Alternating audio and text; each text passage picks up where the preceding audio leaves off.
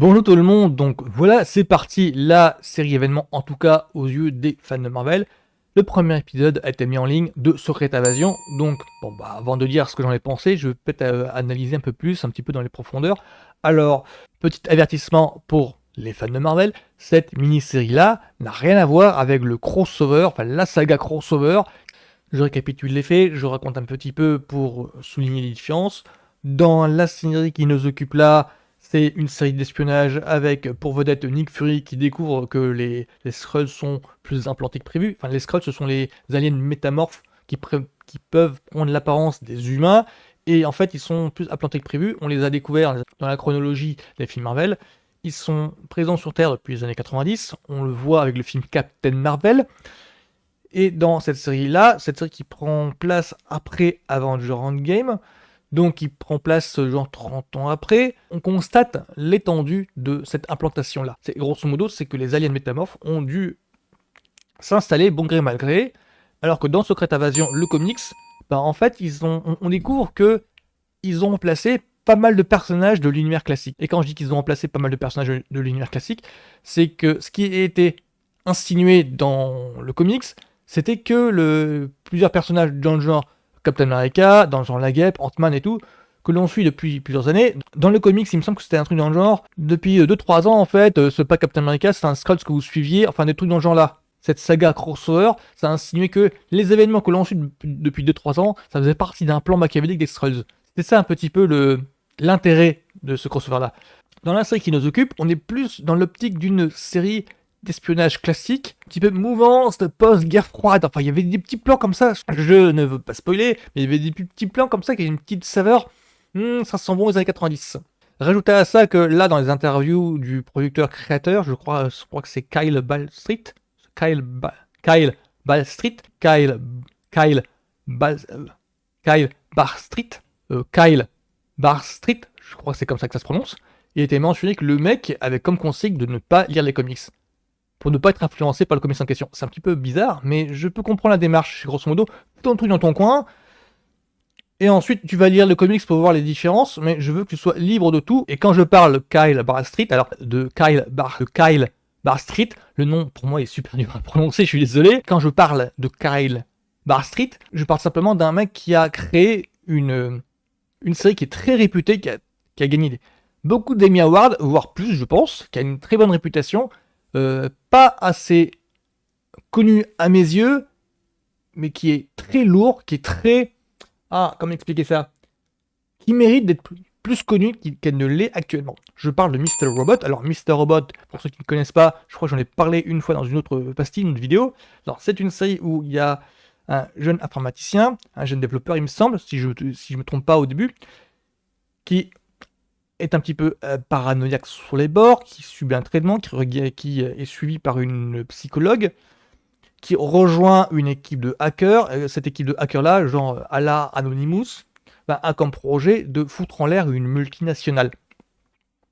Alors, et dans tout le contexte de Mr. Robot, est très parano, très thriller années 70, voire plus, en mêlant à ça des thématiques très contemporaines, très 2010-2020, voire qu'il y a plus de résonance maintenant. Du coup, voir un mec comme ça qui s'occupe d'une série Marvel, ah bah forcément, ça ne pouvait attirer que ma curiosité, hein. Forcément, ça pouvait que me plaire. Et au final, on a une série avec Secret Invasion qui est des relents un petit peu de vieille SF, mais mélangé avec des thématiques post-guerre froide. C'est-à-dire que le postulat de départ de Secret Invasion, il me fait penser ni plus ni moins qu'à des films dans le genre L'invasion des profanateurs de sépulture, qu'à des films comme Body Snatchers, qu'à des films comme Invasion, en fait, avec Nicole Kidman et Daniel Craig. Alors, si vous ne connaissez pas cette thématique du Body Snatchers, sachez simplement que ça vient d'un roman qui date des années 50, écrit par Jacques Finet, qui s'appelle L'invasion des profanateurs, qui a été adapté une première fois avec un film qui s'appelle L'invasion des profanateurs de sépulture, de Don Siegel, qui est sorti dans les années 50, je crois que c'est 56 il me semble, et qui raconte comment un médecin d'une petite bourgade se rend compte que le comportement de ses voisins, de ses concitoyens, a quelque chose de troublant, de bizarre. Et il découvre en fait, au fur et à mesure de l'histoire, que le corps de ses voisins a été investi par des extraterrestres. Vous voyez où je veux en venir avec Secret Invasion? Et du coup, cette thématique du corps humain qui est investie par une entité extraterrestre, par des extraterrestres, ben, elle est récurrente dans tout le milieu de la SF. Il y a eu plusieurs films qui ont adapté texto ce postulat-là. L'invasion des profanateurs de Philip Kaufman, Body Snatchers de Abel Ferrara, Invasion de Olivier Hirschbiegel. Donc voilà, c'est une thématique récurrente en milieu de SF, et une espèce de sous-genre dans la science-fiction, et donc illustré ici avec Secret Invasion. Les êtres humains remplacés par des entités extraterrestres, bah oui, mais c'est ça, Secret Invasion. Donc du coup, on se retrouve avec un film de SF qui a des relents d'une vieille SF années 70, mêlé à ça des thématiques post-guerre froide. Je ne veux pas vous spoiler le truc, mais il y avait effectivement toute la thématique, toutes les ambiances, la photographie fait très film d'espionnage années 80-90. Je parlais de la poursuite de Tombeau Rouge dans une dernière vidéo là. Bah là, on est encore en plein dedans. Ce qui fait que, pour ma part, un mec comme Kyle Barstreet qui a fait Mr. Robot, un truc, une série un petit peu parano sur les bords, à l'œuvre dans une série d'un genre Secret Invasion, vu le postulat, bah oui, bah c'était tout bénef. Alors du coup, qu'est-ce que j'en ai pensé moi de Secret Invasion? Alors, je ne dirais pas que c'est le meilleur premier épisode d'une série Marvel, j'ai préféré Moon Knight par exemple, mais il est dans le haut du panier. Je dirais qu'il est, peut-être dans le top 5 des meilleurs épisodes. Parce que ce premier épisode-ci, parce qu'en quelques quarantaines de minutes, j'ai pas calculé, ça brasse beaucoup de choses, très prometteur. J'ai même les jetons que la série soit pas assez longue pour développer plus que ça, ce que le potentiel que la série pourrait avoir du coup. Parce que la série ne fait que 6 épisodes, et déjà, dans ce que contient cet épisode-ci, je me disais, ah non mais attends, ça va développer en combien d'épisodes ce truc-là? Parce que là, il y a ça et ça et ça là, ça mériterait une série à lui tout seul. Là encore, je ne veux pas spoiler, mais il y a beaucoup de dimensions, de facettes du MCU qui sont posées dans cet épisode-ci.